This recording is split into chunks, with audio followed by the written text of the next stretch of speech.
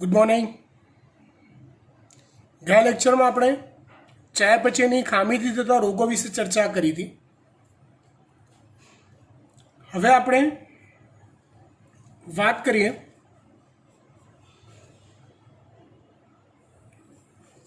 Y સંલગ્ન જનીનોનો વારસો.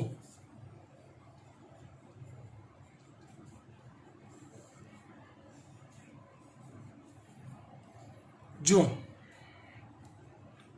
આ જે વારસો છે ને એ બહુ જ અલગ ટાઈપનો અને વિશિષ્ટ પ્રકારનો છે. કેમ? કારણ કે કોઈ પણ માદા હોય ને ફિમેલ, એનું બંધારણ XX હોય, એટલે વાયનો વારસો એ માદાની અંદર હોય એવું શક્ય જ નથી.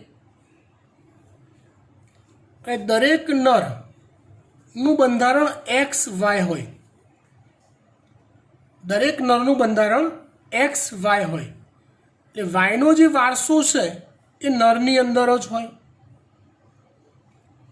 ચલો, હવે જો હું તમને એમ પૂછું કે નરને બંધારણ જે XY છે તેમાંથી વાય કોણે આપ્યો હશે?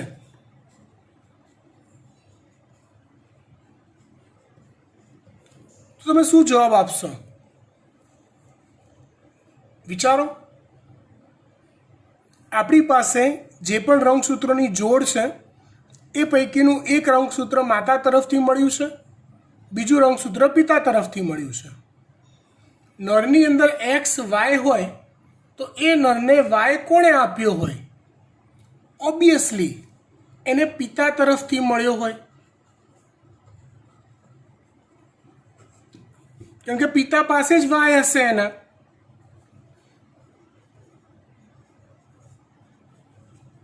એની માતા પાસે તો વાય છે જ નહીં આપવા માટે. એટલે વાય સંલગ્ન જનીનોનો જે વારસો છે,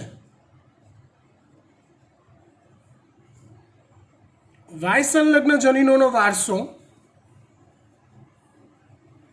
એ ફક્ત પિતા તરફથી તેની પુત્ર સંતતિઓને જ મળે છે.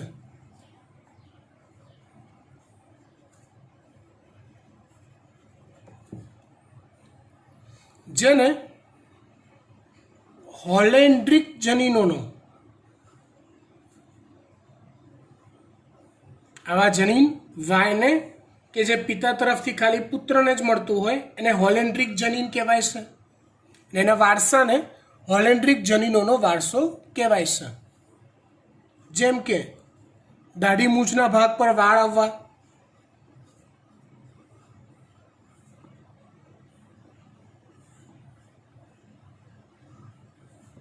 છાતી પર વાળ આવવા,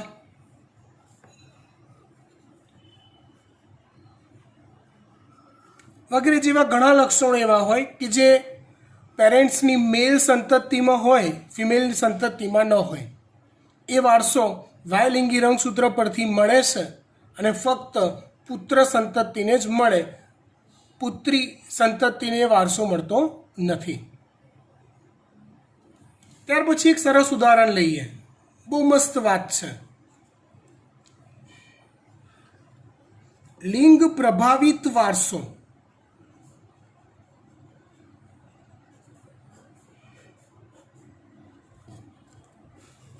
આ વાત સમજવા જેવી જોરદાર છે. લિંગ પ્રભાવિત વારસો એટલે શું? તો એવો વારસો કે જેમાં જનીનોની અભિવ્યક્તિ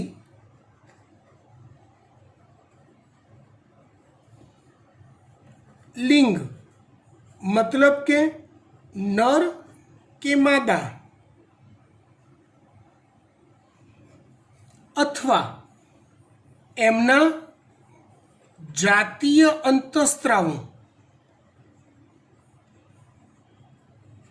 ની અસર હેઠળ જોવા મળતી હોય.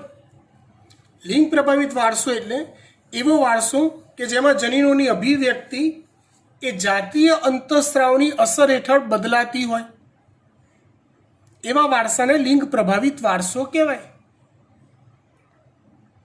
દાખલા તરીકે એનું ઉદાહરણ લઈએ, ટાલના જનીન, ટાલ પડવી. વિચારો તો શું, હવે આમ તો ખબર જ હોય, ટાલ ક્યારે પડે? તો કે સાહેબ લોકડાઉનમાં, જ્યારે લોકડાઉન હોય ને વાળ વધી ગયા તો ઘરે અસ્ત્રો ફેરવી નાખવાનો, ટ્રીમર ફેરવી નાખવાનું. એ નહીં. જેન્યુન ટાલ ક્યારે પડે? તો કે જો પડવાની હોય તો 30-35 વર્ષ પછી એ પડવાની શરૂઆત થાય. જો ટાલ પડવાની હોય તો 30-35 વર્ષ પછી પડવાની શરૂઆત થાય. કોની અંદર? તો તમે તરત ફટાક દઈને કહેશો કે સાહેબ આવું મોટે ભાગે અમે પુરુષોમાં જોયું છે. સ્ત્રીઓમાં ટાલ પડતી હોય એવું ભાગ્યે જ, જવલ્લે જ જોવા મળે છે. સાચી વાત ને? કે ભાઈ ટાલ પડવી એ લક્ષણ પુરુષોમાં સામાન્ય છે, એટલે ઘણા બધા પુરુષ એવા હોય, અને સ્ત્રીઓમાં ભાગ્યે જ જોવા મળે છે.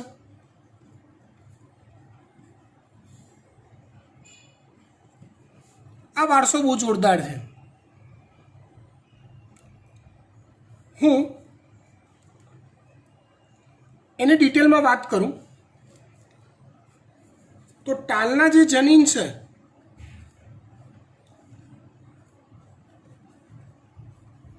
એ દૈહિક રંગસૂત્રો પર આવેલા હોય છે.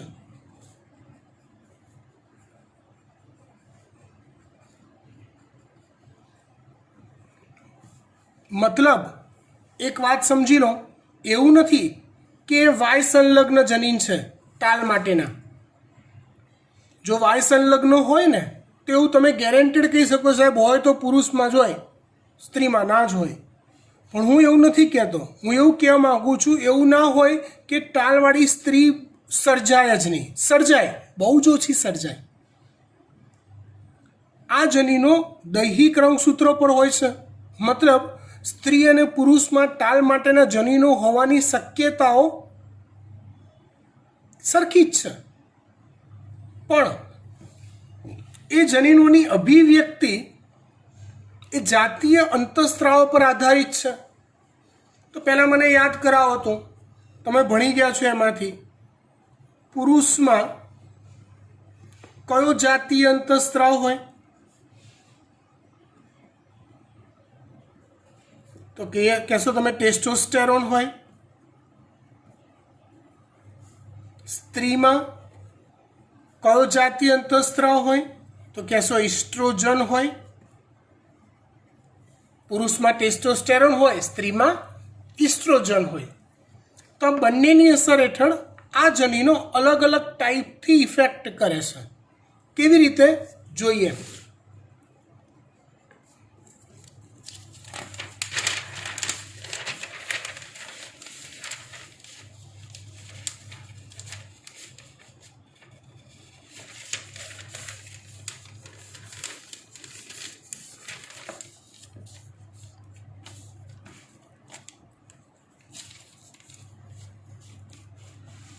જો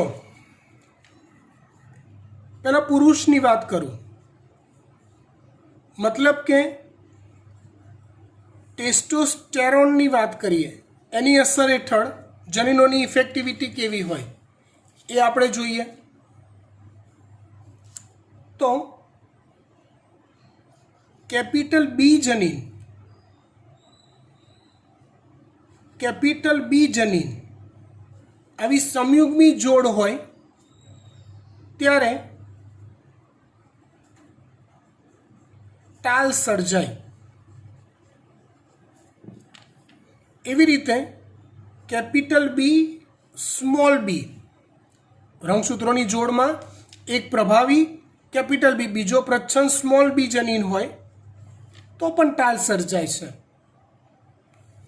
અને જો સ્મોલ બી બંધારણ હોય તો તાલ ન સર્જાય. પુરુષમાં જનીનોની ઇફેક્ટિવિટી કંઈક આવી હોય છે તાલ માટેના કે ભાઈ જનીન કેપિટલ બી સ્ટ્રક્ચર હોય એનું તો તાલ સર્જાય. કેપિટલ બી સ્મોલ બી હોય, વિષમયુગ્મી હોય તો પણ કેપિટલ બી એક પ્રભાવી હોય એટલે તાલ સર્જાય. જો સ્મોલ બી હોય તો જ તાલ ન સર્જાય. હવે એની કમ્પેરિઝન માદા સાથે કરું.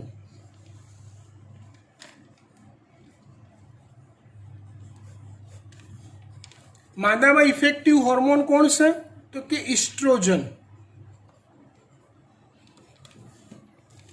માદામાં એની અસર જો હું એક વાક્યમાં કહી દઉં તો એવું કહેવાય કે નર કરતાં તદ્દન ઊંધી અસર થાય. મતલબ જ્યારે માદામાં સ્મોલ બી બંધારણ જો હોય તો જ તાલવાળી સ્ત્રી સર્જાય. કેપિટલ બી સ્મોલ બી હોય તો તાલ ન સર્જાય. કેપિટલ બી હોય તો પણ તાલ ન સર્જાય. ફક્ત ક્યારે તાલ સર્જાય? પુરુષમાં જે શક્યતામાં તાલ નથી સર્જાતી એ શક્યતા જો સ્ત્રીમાં મળે તો તાલ સર્જાય.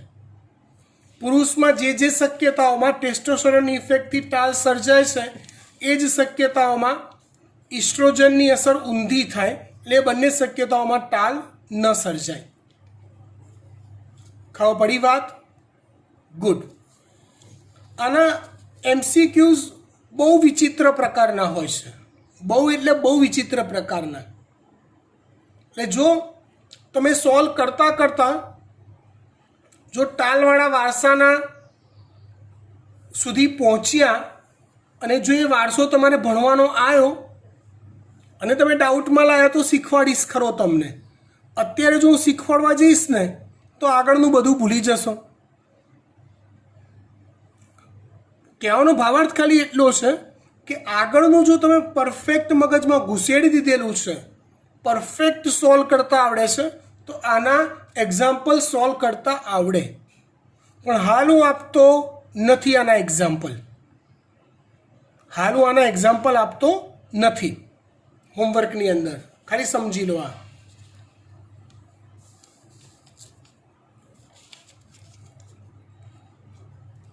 ચલો ત્યાર પછી વાત કરીએ આપણે રક્ત સંવર્ધન પદ્ધતિની અથવા માનવ કેરિયોટાઇપની. એકચ્યુઅલી નીટ લેવલે જો જોવા જાઉં તો આ જે કેરિયોટાઇપ છે ને એની ઓળખ કરતાં આવડવી એ જ MCQમાં આપણને કામ લાગશે. હા, આની થિયરીમાંથી કોઈ શબ્દ પકડીને MCQ પૂછે તો તમને આવડવો જોઈએ. એટલે આ થિયરી રફલી હું તમને સમજાવી દઉં છું શું છે એક્ઝેક્ટલી. આ કન્ટેન્ટ પાકો કરાવી દેવાનો. તો સૌથી પહેલાં કેરિયોટાઇપ એટલે શું?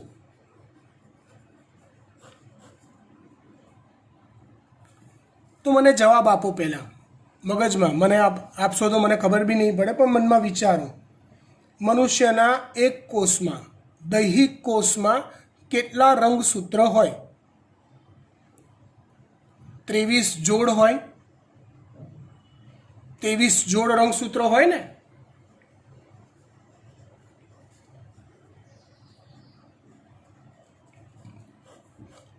આ રંગસૂત્રોને તેના કદ અને પ્રકારના આધારે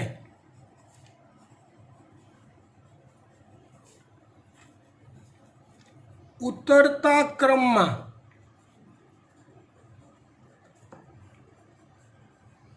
ગોઠવી તૈયાર કરાતો ચાર્ટ કે નિરૂપણને કેરિયોટાઇપ કહેવાય છે. હજી ખબર પડી નહીં, પાડી દઈએ. જો તમને યાદ હોય તો 11માં રંગસૂત્રોના પ્રકાર આવતા હતા.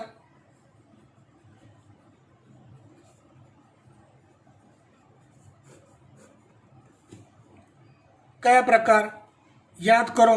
પેલા મેટાસેન્ટ્રિક, પછી સબ મેટાસેન્ટ્રિક, એક્રોસેન્ટ્રિક, ટીલોસેન્ટ્રિક. આવા 4 પ્રકાર આવતા હતા. સેન્ટ્રોમિયરના સ્થાનને આધારે સેન્ટ્રોમિયર બરાબર વચ્ચોવચ્ચ તો મેટા, 2 ભુજાઓ ટૂંકી 2 ભુજાઓ લાંબી હોય તો સબ મેટા, 2 ભુજાઓ સાવ ટૂંકી અને 2 ભુજાઓ અત્યંત લાંબી તો એક્રો, અને ખાલી 2 જ ભુજાઓ દેખાતી હોય તો ટીલો. હવે મનુષ્યમાં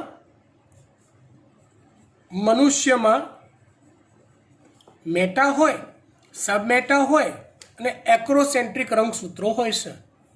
ટીલોસેન્ટ્રિક હોતા નથી. હાલ હું તમને કેરિયોટાઇપ વિશે માહિતી આપી રહ્યો છું. કેરિયોટાઇપ એટલે શું કીધું આપણે? કે દૈહિક કોષમાં રહેલા રંગસૂત્રોને તેના કદ ઇઝ મેટર, એ મેટર કરે છે. સમજાવો. કદ અને પ્રકારના આધારે, તો પ્રકાર આ રહ્યા ઉતરતા ક્રમમાં. તો જો મેટાસેન્ટ્રિક, સબમેટાસેન્ટ્રિક, એક્રોસેન્ટ્રિક આ ત્રણેમાં સાઇઝ અથવા કદમાં વિવિધતા હોય છે. સાઇઝ અથવા કદમાં વિવિધતા જોવા મળે છે. લાઈક સૌથી મોટા કદના,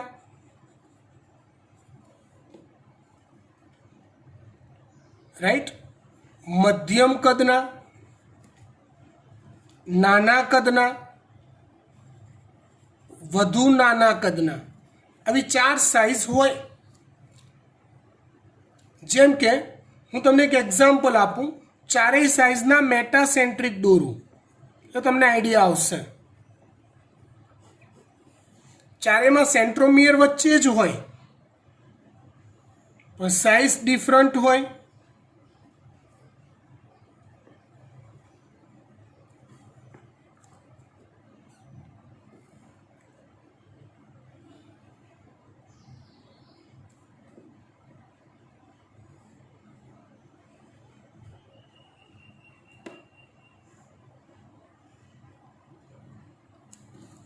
આ 4 મેટાસેન્ટ્રિક કહેવાય પણ સાઇઝ જુદી જુદી છે. કેરિયોટાઇપ એટલે શું?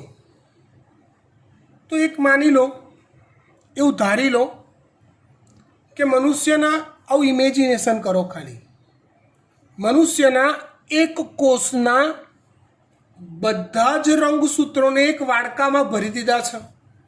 એક વાટકો કે એક તપેલું લઈ અને મોટી સાઇઝના ઇમેજ કરવાનું છે, આંખે દેખાય એવા, એને એક તપેલામાં ભરી દીધા એક કોષના બધા રંગસૂત્રોને.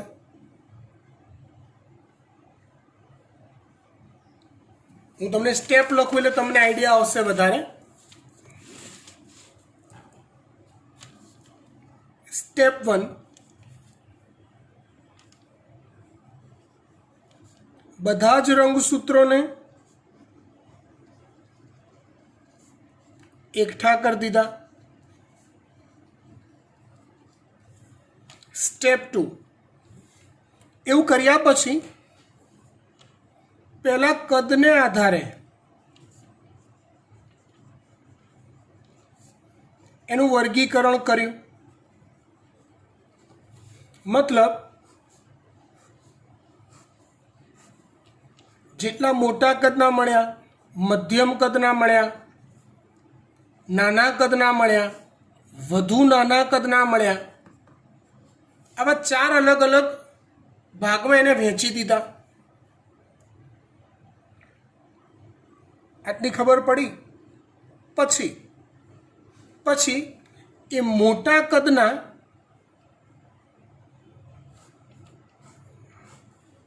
મેટા, સબમેટા, એક્રો, સેમ વે મધ્યમ કદના મેટા, સબમેટા, એક્રો, નાના કદના મેટા, સબમેટા, એક્રો, વધુ નાના કદના મેટા, સબમેટા, એક્રો બને.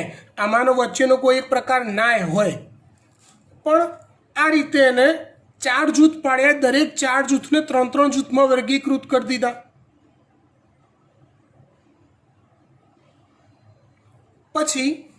પછી મેં એક મોટું ચાર્ટ પેપર લીધું. મોટું એ ચાર્ટ પેપર પર સૌથી પહેલી જોડ મેં કઈ મૂકી? તો કે પહેલાં મોટામાંથી મેટાને પસંદ કરો, એને પહેલાં ગોઠવી દો.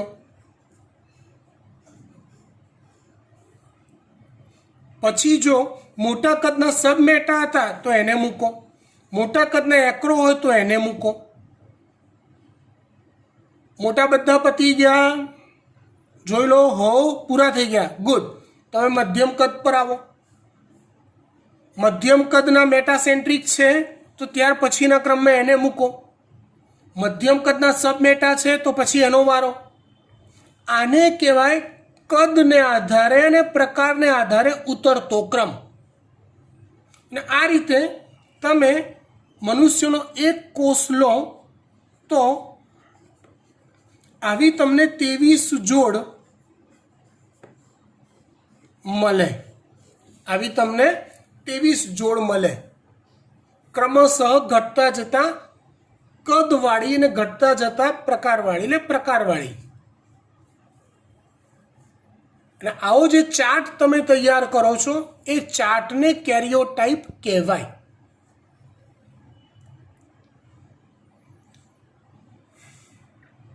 સવાલ કે સાહેબ કોષને નરી આંખે જોઈ નથી શકાતો, તો તમે એમાં રંગસૂત્રોની વાત કરો, રંગસૂત્રોના કદની વાત કરો, કદને આધારે વિભાજન કરો. આવું બધું થાય કેવી રીતે? થાય છે. એવું કરતી પદ્ધતિને આપણે નામ આપ્યું છે રક્ત સંવર્ધન પદ્ધતિ.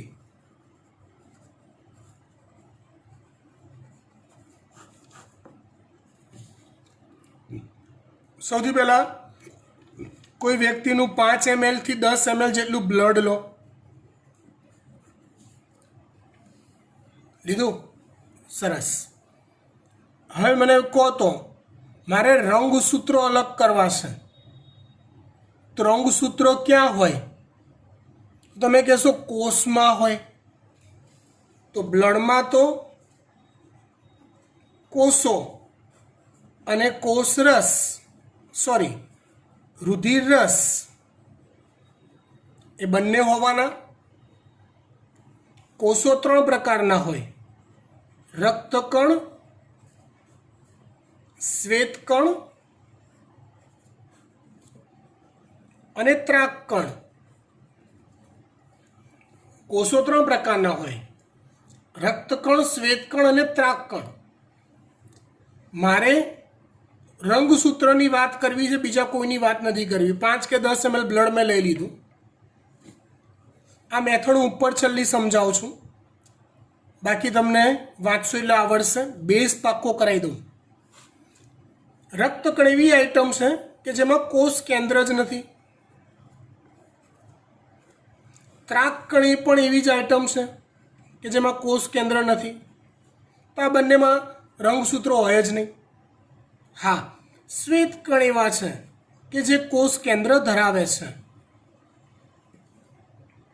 એટલે આપણી ચોઈસ કોના પર આવશે? શ્વેતકણ પર આવશે.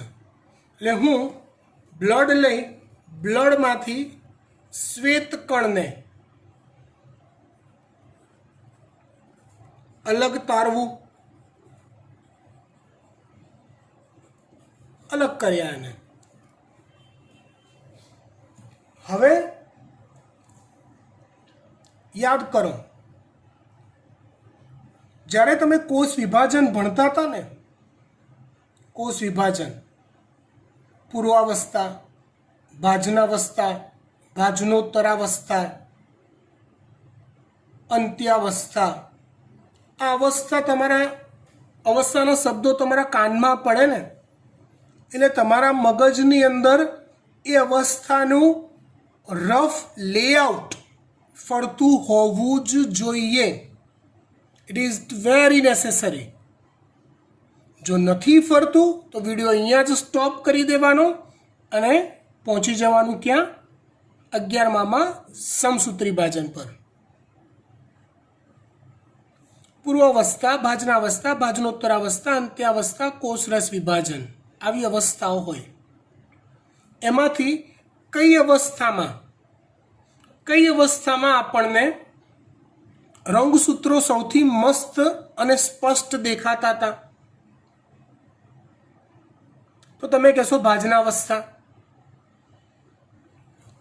કંઈક આવી અવસ્થાઓ હોય.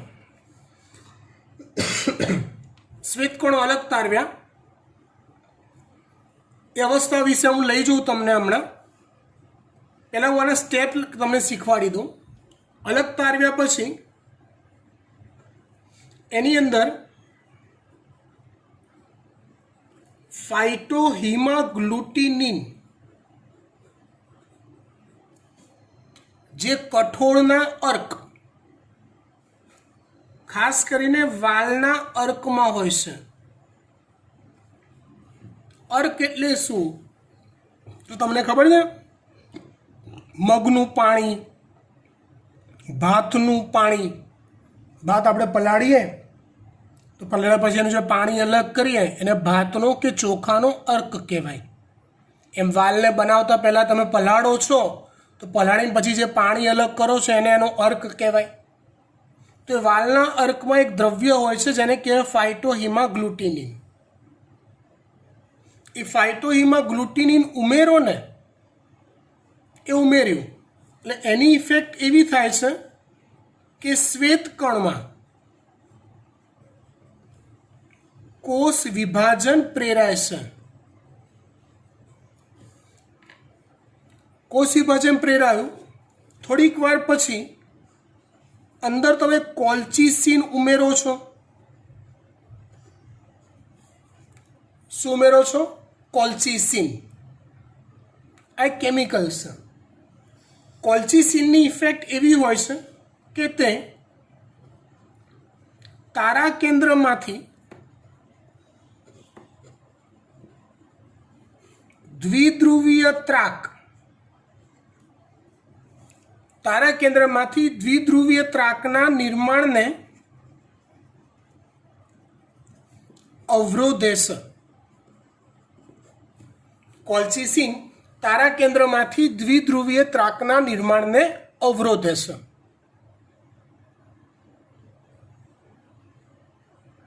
એની શું ઇફેક્ટ આવે એ હું તમને સમજાવું.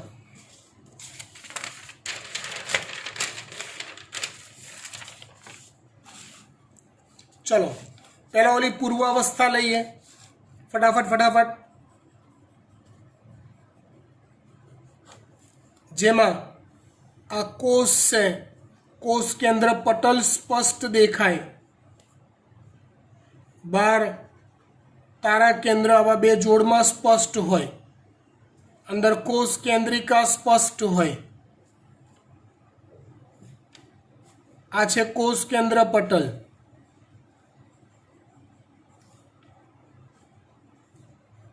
આ છે તારા કેન્દ્ર. આ છે કોષ કેન્દ્રિકા. અને રંગસૂત્રો આવા જાળ સ્વરૂપે હોય, સ્પષ્ટ પારખી શકાય નહીં. જેમ જેમ પૂર્વાવસ્થા આગળ વધતી જાય, અવસ્થા વિચારતા જજો, તેમ તેમ કોષ કેન્દ્ર પટલ અદૃશ્ય થતું જાય. કોષ કેન્દ્રિકા નાની બનતી જાય, અદૃશ્ય થતી જાય. તારા કેન્દ્રો વિરુદ્ધ ધ્રુવો તરફ જવા ગતિમાન થાય. રંગસૂત્ર જાળમાંથી રંગસૂત્રો છૂટા પડે પણ આવા એકલ સૂત્ર સ્વરૂપ હોય, આવું કંઈક મને આવડે છે. પછી એવી અવસ્થા આવે જેને પૂર્વાવસ્થાનો અંત અને ભાજનાવસ્થાની શરૂઆત કહેવાય, જેમાં કોષ કેન્દ્ર પટલ અદ્રશ્ય થઈ ગયું હોય, કોષ કેન્દ્રિકા અદ્રશ્ય થઈ ગયું હોય, તારા કેન્દ્રો વિરુદ્ધ ધ્રુવો તરફ જતા જ હોય અને આ રંગસૂત્રો બેવડાયા હોય, મતલબ એની કળ બધી છૂટી પડી હોય અને પ્રત્યેક એકલ સૂત્ર આવી બે સૂત્રિકાઓ ને એને જોડતા સેન્ટ્રોમિયરનું બનેલું સ્પષ્ટ દેખાય.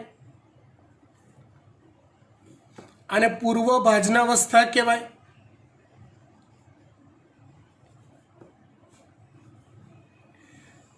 પછી આવે ભાજનાવસ્થા.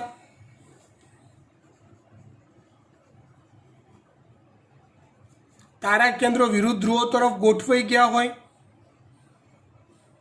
રંગસૂત્રો વિષુવવૃત્તીય રેખા પર હોય, તારા કેન્દ્રમાંથી દ્વિધ્રુવીય ત્રાક નિર્માણ પામે જે સેન્ટ્રોમિયર સાથે જોડાય.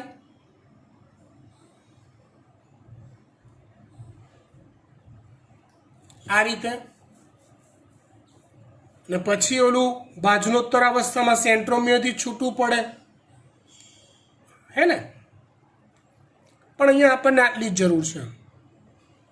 સૌથી પહેલાં શું કર્યું તો કે શ્વેતકણમાં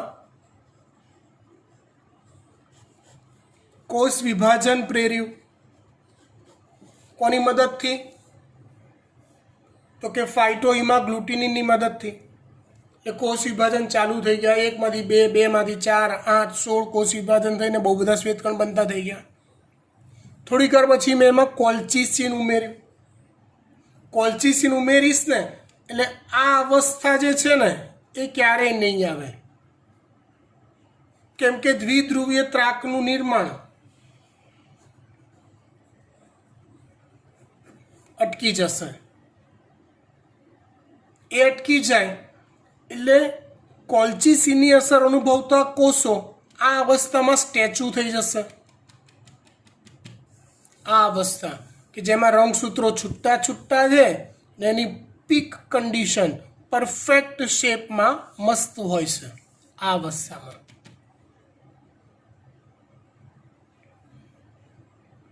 ક્લિયર. આટલું કર્યા પછી શું કરવાનું તો કે આ અવસ્થાના કોષોને અલગ કરી દીધા. પછી એને મંદ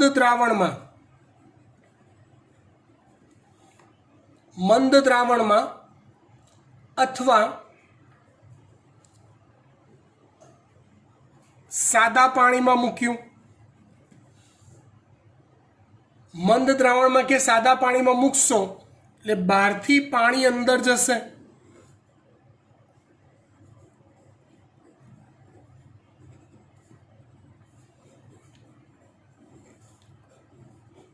અને બહારથી પાણી જ્યારે અંદર જતું હોય ત્યારે અંદર કોષ ફૂલી જશે અને જો રંગસૂત્ર ક્યાંક બી સહેજ ચોંટેલા હોય તો ફર્સ્ટ ક્લાસ છૂટા પડી જશે. ત્યાર પછી યોગ્ય અભિરંજકનો ઉપયોગ કરાય છે અને પછી ઇલેક્ટ્રોન માઇક્રોસ્કોપ હેઠળ આને લઈ જઈ એના ઇલેક્ટ્રોન માઇક્રોસ્કોપિક ફોટોગ્રાફી કરાય છે. એ ફોટોગ્રાફી કરી પછી એ ફોટોગ્રાફને મોટી સાઇઝમાં રેડી કરાય છે. આપણે જે વાટકામાં રંગસૂત્રો ભરવાતા એવી સાઇઝ મળી ગઈ. હવે બે વસ્તુ કરાય, કાં તો એ જ ફોટોગ્રાફને કાપો અને ચોંટાડો અગાઉ જે ક્રમ બતાવ્યો એ પ્રમાણે, કાં તો પછી એ પ્રમાણે જે રંગસૂત્રો દેખાય એવો સ્કેચ બનાવતા રહો અને કેરિયોટાઇપ તૈયાર કરી દો.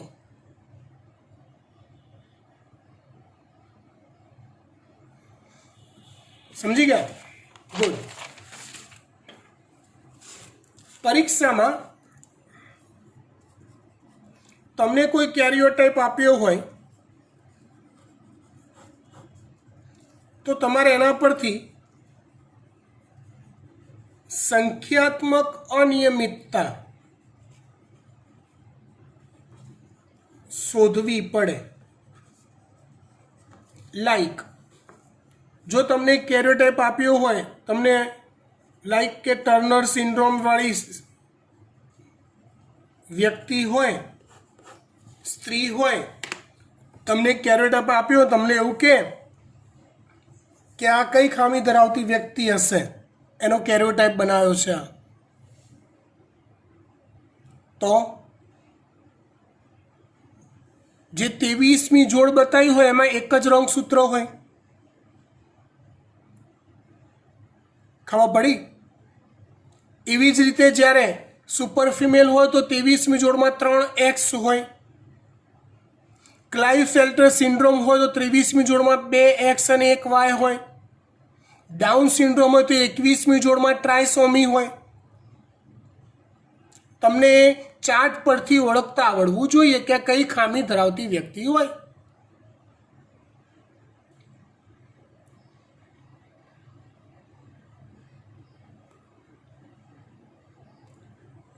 સમજી ગયા?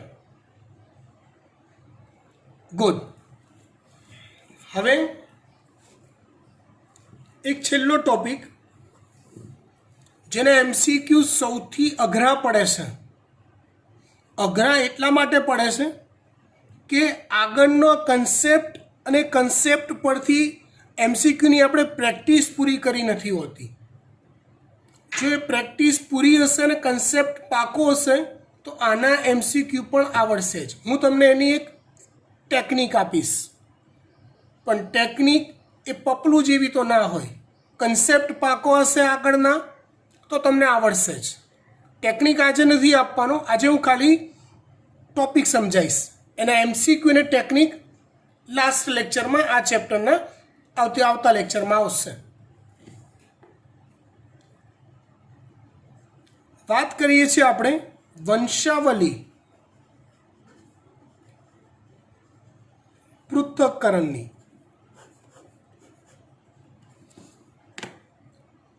બેઝિકલી વંશાવલી પૃથ્થકરણ શું છે એ સમજો. તો કે મનુષ્ય એક સામાજિક પ્રાણી છે.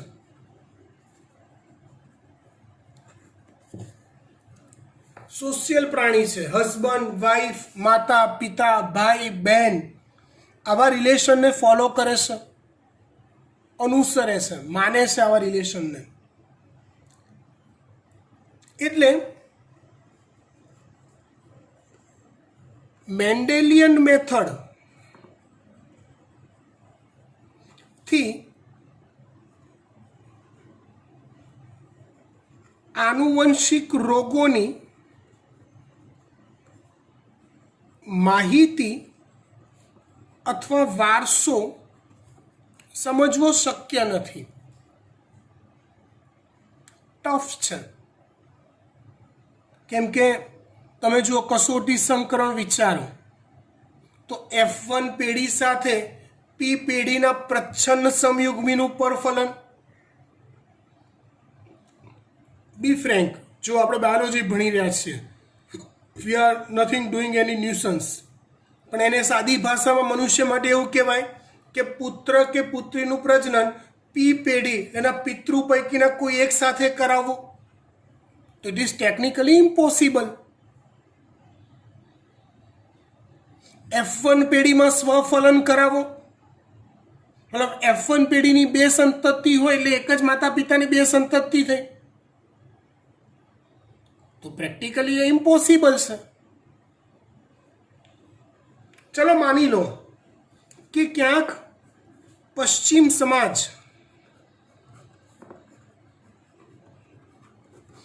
આવા મોડેલ તમને મળી પણ જાય. કેમ કે પશ્ચિમી દુનિયા એ આપણી દુનિયા કરતાં કંઈક અંશે જુદી છે. અને માની લો કે પૈસા ખર્ચતા આવા મોડેલ કામ કરવા તૈયાર થઈ પણ જાય તો બી અઘરું છે યાર. કેમ? કારણ મનુષ્યનું આયુષ્ય વધારે છે, 570 75 વર્ષ છે. કેટલાક રોગો એવા છે, જેમ કે ચલો ટાલ, તો ટાલના વારસાને મારે અભ્યાસ કરવો હોય તો હું ધારો કે એક પ્રયોગ લઈને બેસું તો એની F1 પેઢીને એના વારસાના લક્ષણો જોતા મારે બીજા 40 વર્ષ થાય, કેમ કે 30-35 વર્ષ પછી તો ટાલ દેખાવાની શરૂઆત થાય છે યાર. ટફ ટાસ્ક છે. થેલેસેમિયા, સિકલ સેલ એનિમિયા, આ બધા ડેન્જર રોગો છે. અને કોઈ આવી સંતતિઓ પેદા કરી અને પછી સમજો કે પ્રેક્ટિકલી શક્ય નથી. છોડ પર, ઉંદર પર, બિલાડા પર આવા પ્રયોગો કરી શકાય, હે ને? એટલે મનુષ્યએ પોતાનામાં જોવા મળતા વારસાગત રોગોનો અભ્યાસ કરવા માટે એક નવી મેથડ લાવ્યો, જેને વંશાવલી પૃથ્થકરણ કીધું. શું કીધું? વંશાવલી પૃથ્થકરણ. શું છે આ મેથડ? તો કે તમારે કોઈ એક વંશ અથવા કુટુંબ પસંદ કરવાનું કે જેમાં કોઈ વારસાગત રોગનું વહન થતું હોય.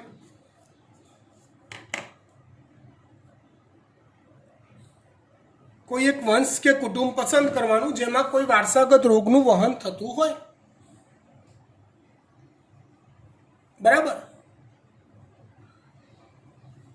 હવે એ કુટુંબની કોઈ વડીલ વ્યક્તિ જે સૌથી ઉંમરલાયક, મતલબ કેવું કે 65-70 વર્ષના દાદા કે દાદી હોય, અને એનો ફાયદો શું કે 2 પેઢી આગળ બી જાણતા હોય લોકોને અને 2 પેઢી પાછળ બી લોકોને જાણતા હોય. મતલબ તમને 4-5 પેઢીનું સરવૈયું એ વ્યક્તિ આપી શકે.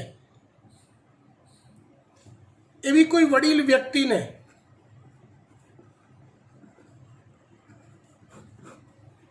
પસંદ કરવામાં આવે ડિસ્કશન માટે, અને ડિસ્કશન પરથી એક ચાર્ટ તૈયાર કરવામાં આવે. ડિસ્કશનના સવાલો કેવા હોય? લાઈક આવા કે દાદા, ધારો કે એવું પૂછી લો, એવું વિચારી લો કે આપણે એવું માનીએ કે ડાયાબિટીસ, તમને ખ્યાલ છે ને, ડાયાબિટીસ મહદઅંશે વારસાગત બી છે. આ તો હવે પોલ્યુશન, જંક ફૂડ અને આપણી બધી બેડ હેબિટ્સ, બેઠાડું જીવનના લીધે ડાયાબિટીસ વારસાગત સિવાય બી ઘણા લોકોને થાય છે. પણ એ વારસાગત રોગ કહી શકાય? હવે પ્લીઝ કોઈ મને પ્રશ્નમાં એવું ના પૂછે કે ડાયાબિટીસનો વારસો કઈ રીતે ઉતરે. મેન્ડેલન આનુવંશિકતા પ્રમાણે પરફેક્ટ એને ગણવું શક્ય નથી, કેમ કે ડાયાબિટીસ હવે મિક્સઅપ થઈ ગયો છે રોગ, હાર્ટ એટેકની જેમ, કે ભાઈ પોલ્યુશનની અસર બી એના પર થતી હોય. હવે જો હું એક કુટુંબના વડીલ વ્યક્તિને પસંદ કરું છું, એમને મળવા ગયો, બેઠો, દાદા કેમ છો? મજામાં? દાદા કે હો મજામાં. દાદા તમને ડાયાબિટીસ છે? દાદા કે હા. તમારા ઘરવાળીને, તમારા વાઈફને ડાયાબિટીસ હતો? દાદા કે ના.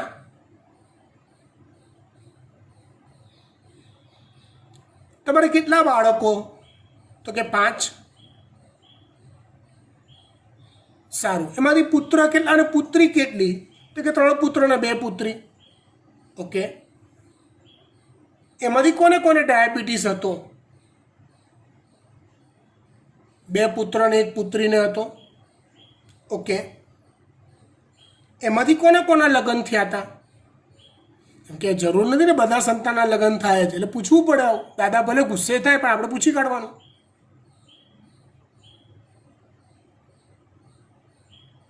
પછી એ લગ્ન કયા, એમાંથી પછી કોને કોને કેટલા કેટલા સંતાનો, એ સંતાનોમાં કોને કોને ડાયાબિટીસ.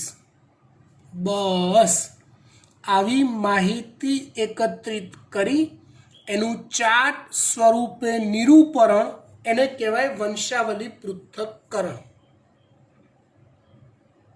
મતલબ કોઈ એક કુટુંબમાં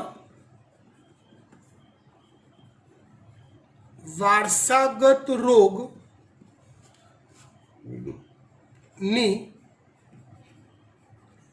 માહિતીનું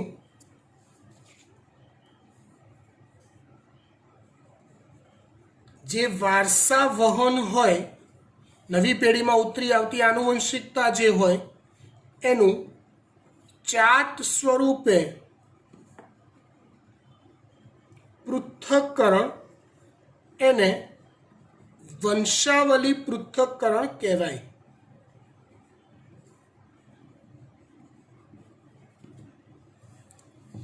મનુષ્યમાં કયો રોગ કેવી રીતે વારસામાં ઉતરે છે, એક પેઢીથી બીજી પેઢીમાં, એનો રેશિયો આ પદ્ધતિ પરથી કાઢવામાં આવે છે, જેને વંશાવલી પૃથ્થકરણ કહેવાય છે.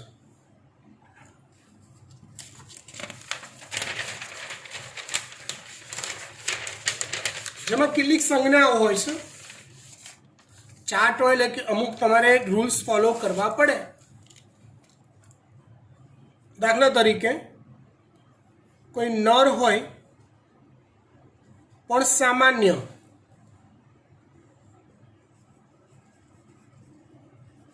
તો એને સ્ક્વેરમાં દર્શાવાય છે. માદા હોય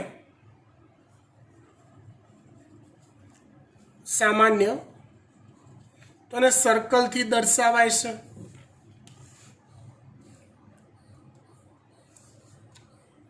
રોગગ્રસ્ત નર હોય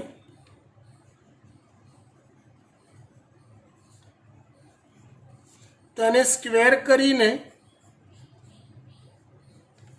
એ સ્ક્વેરને ભરી કાઢવામાં આવે છે લાઈનથી. રોગગ્રસ્ત માદા હોય તો સર્કલને ભરી દેવામાં આવે છે. સમજ્યા? હવે એક ત્રીજું ઓપ્શન છે વાહકનું. ઘણી વંશાવલી પૃથ્થકરણમાં વાહકનો સ્પેસિફિક ઉલ્લેખ નથી થતો તમને ઉલ્લુ બનાવવા માટે.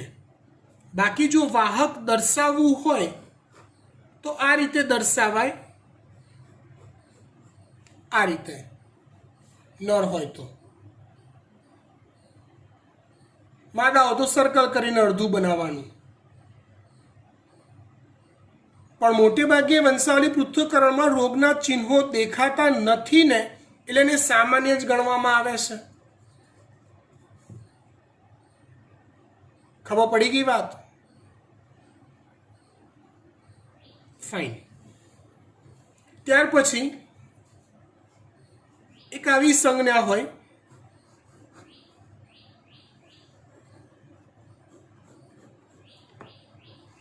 આડી લાઈન, જે એવું દર્શાવે છે કે બંને લગ્ન ગ્રંથિથી જોડાય છે. એના પછી એની નીચે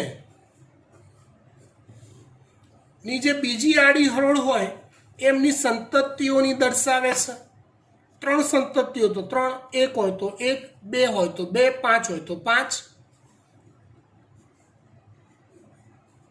એ સંતતિઓનો ઉતરતો ક્રમ એટલે મોટું બાળક, પછી બીજા નંબરનું, ત્રીજા નંબરનું, ચોથા નંબરનું, 5મા નંબરનું, એમાંથી રોગગ્રસ્ત કયું, તો આ રીતે દર્શાવાય છે. એ લોકોના લગ્ન થશે તો એને આ રીતે કનેક્ટેડ કરાય છે. ખબર પડી? ગુડ. અને આ જ ચાર્ટનું જેટલી માહિતી મળે એ પ્રમાણે તમે એનાલિસિસ કરો છો, ચાર્ટ રેડી કરો છો, અને વંશાવલી પૃથ્થકરણ કહેવાય છે. બરાબર? આટલું મારે સમજાવવાનું છે. હજી એક લેક્ચરનું ભણવાનું બાકી છે, પછી આ ચેપ્ટરનું મારા તરફથી નીટનું ભણાવવાનું પૂરું થઈ જશે. બરાબર? પછી તમે જેમ જેમ MCQ સોલ્વ કરતા જશો તેમ તેમ તમને વધુને વધુ માહિતી મળતી જશે. આનું જે હોમવર્ક છે એ હોમવર્ક હું ગૂગલ ક્લાસરૂમમાં અપલોડ કરું છું. આજે રવિવાર છે, એ હોમવર્ક સોમવાર રાત સુધીમાં તમારે રાતના હું 9 વાગ્યાનો કે 10 વાગ્યાનો ટાઈમ નાખીશ ત્યાં સુધીમાં તમારું એ હોમવર્ક કમ્પ્લીટ થયેલું હોવું જોઈએ. બરાબર, ફાઇન.